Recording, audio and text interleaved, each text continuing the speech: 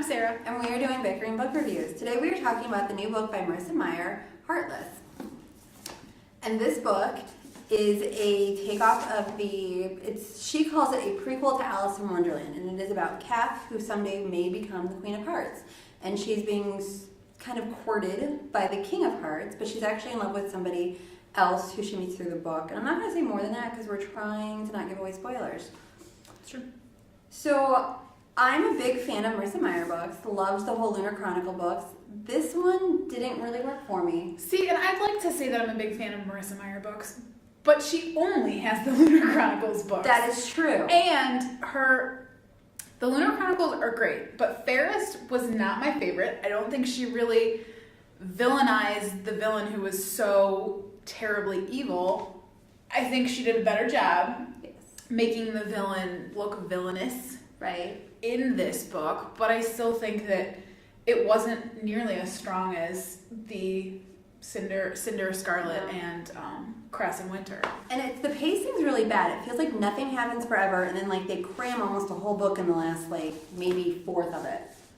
And it's like there's not much that really happens. And I think, but my real issue came from the fact that it wasn't really whimsical at all. Not. It doesn't feel like a retell of Alice in Wonderland. It doesn't feel like Alice in Wonderland at all. I mean, there's a few Mad Hatter parties and a few twists on how people look or what they wear, but in general, it doesn't have that topsy-turvy kind of vibe to it. And Wonderland has been so done recently, and it was done better. I think A.G. Howard did it better. Oh my gosh, A.G. Howard did so well with her. And so I got this, and I was excited because the cover is beautiful. Yeah, and even the inside. The inside cover is also beautiful, and it was just disappointing. The whole book was just disappointing.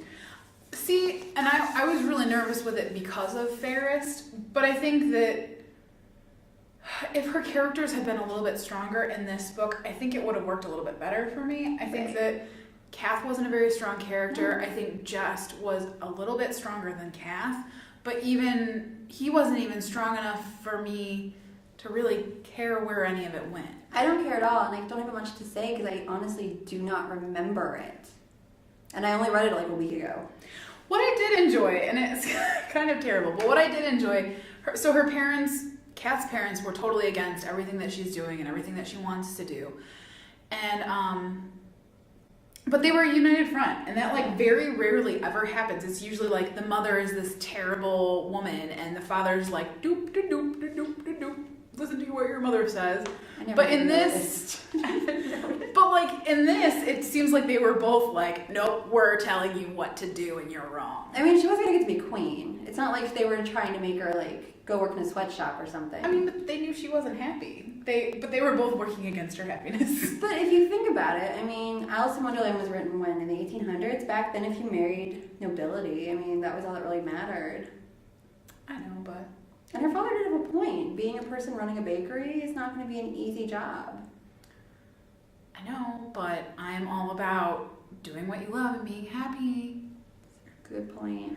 It's very true. I mean, and it's told from that kind of perspective. It's not like we were back in the 1800s. I mean, it still was within that setting, but It's told from a different perspective.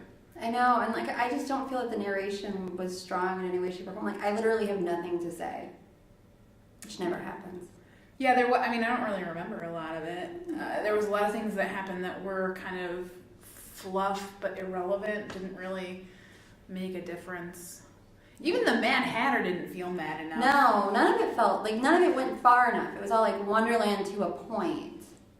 And the whole time I'm reading this book, I'm thinking, I really want to know more about Peter and his wife. See, and I never even got that. Yeah. I was oh, that'd be really interesting. I want to read that. And yeah. And maybe she's just not good at writing a standalone novel. Because Ferris was kind of a standalone. And this is a standalone. Maybe she's just not good at writing characters that you can't get, it's hard to get behind her. The villain. Maybe she just can't take on that villainous perspective. Well, plus, I mean, Cinder, the Lunar Chronicles, Cinder was good out of the gate, but you also had how many books to actually develop the characters and care? So do you have anything else? I got nothing else. We should just rate it.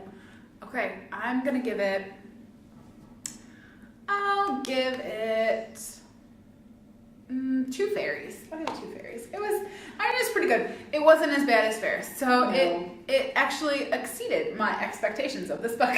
So I'm going to give it 1 fairy because I found it disappointing and I didn't care about any of the characters, but I did like the way she wrote.